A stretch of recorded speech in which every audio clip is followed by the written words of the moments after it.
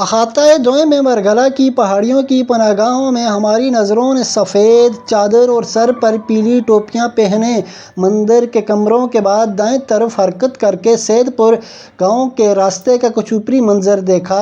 اس کے بعد یہ احاطہ دوئم کے پچھلے حصہ کی طرف مڑ گئیں، جہاں پر انہوں نے ایک طرف دیوار کے سروں پر بین الاقوامی جھنڈے دیکھے، انہی دیوار کے سروں پر ثقافتی و رنگین پینٹنگز بھی دیکھیں۔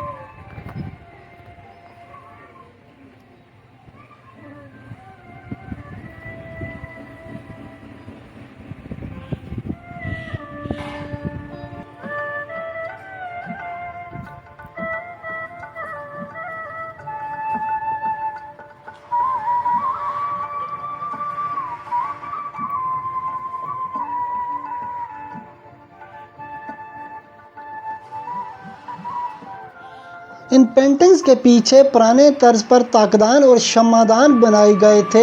یہ شمعدان وغیرہ پہلے وقتوں میں روشنی کے لیے شمعیں رکھنے کے لیے دیوار میں بنائے جاتے تھے، کیونکہ اس وقت بجلی تو نہیں تھی۔ اس کے بعد اسی دیوار میں ایک قدیم طرز کا پتھریلی و گولائی چوکاٹ والا دروازہ دیکھا، جس کے آگے اسی ریسٹورنٹ کی شاہانہ روایت کو برقرار رکھتے ہوئے انہی لال رنگ میں ملبوس 2 چارپائی گملوں کی پوسٹنگ بھی یہاں کی گئی تھی۔ چونکہ ایسی حسین چیزوں کو دیکھنے کے بعد ہمارا دل کسی سیاسی کارکن کی طرح چلو چلو اس جانب چلو پکارتا ہے، تو پھر اس پکار اور نعرہ کے حکم پر ہمارے قدم بلندی کی طرف جاتی ہوئی پتھریلی دیوار و فرش سے پختہ راہداری میں داخل ہوتے ہیں، اور اس راہداری میں داخل ہونے کے بعد اسی دوران قدرت نے بھی ہمارا استقبال بارش کے چند قطرے ہمارے جسموں پر نچھاور کر کے کیا۔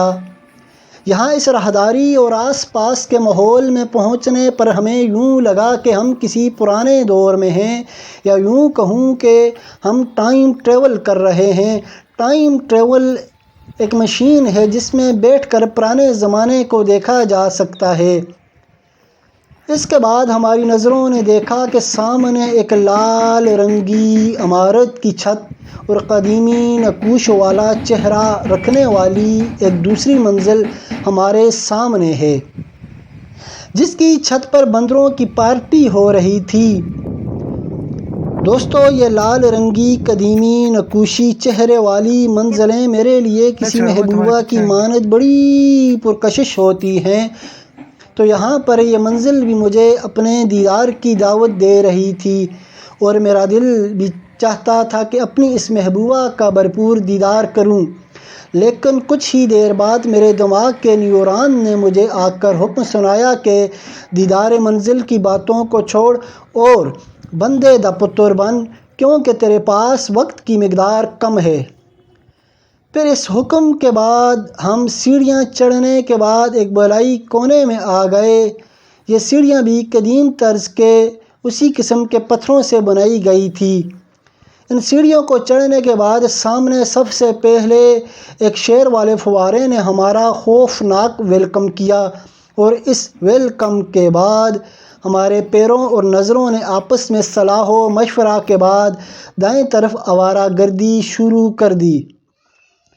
جہاں اس کونے میں ایک کمرے کی چھت پر ہماری نظروں نے کسی بندے کے گھنگریالے بالوں کی طرح لکڑیوں کی کالی کالی زلفیں پڑی ہوئی دیکھیں۔ پھر اس کونے کے بعد ہماری نظروں نے بائیں کونے میں پتھریلا فرش کا دالان اور ہوا سے کھیلتے ہوئے جھنڈے کو دیکھا، جہاں ساتھ ہی اس دالان پر پرسٹائل کرسیوں اور میزوں کی موجودگی اور سیٹنگ جاری تھی۔ پھر اس کے بعد ہماری نظریں اپنی ایک عادت سے مجبور ہوئیں۔ دوستو، ہماری نظروں کی ایک عادت ہے کہ جہاں کہیں یہ اس قسم کے پیڑوں کو دیکھتی ہیں تو کسی بچے کی طرح فوراً ان پیڑوں پر لٹکتی لمبی زلفوں یعنی جڑوں سے ملنے پہنچ جایا کرتی ہیں۔ لیکن پھر کچھ لمحوں کے ہی بعد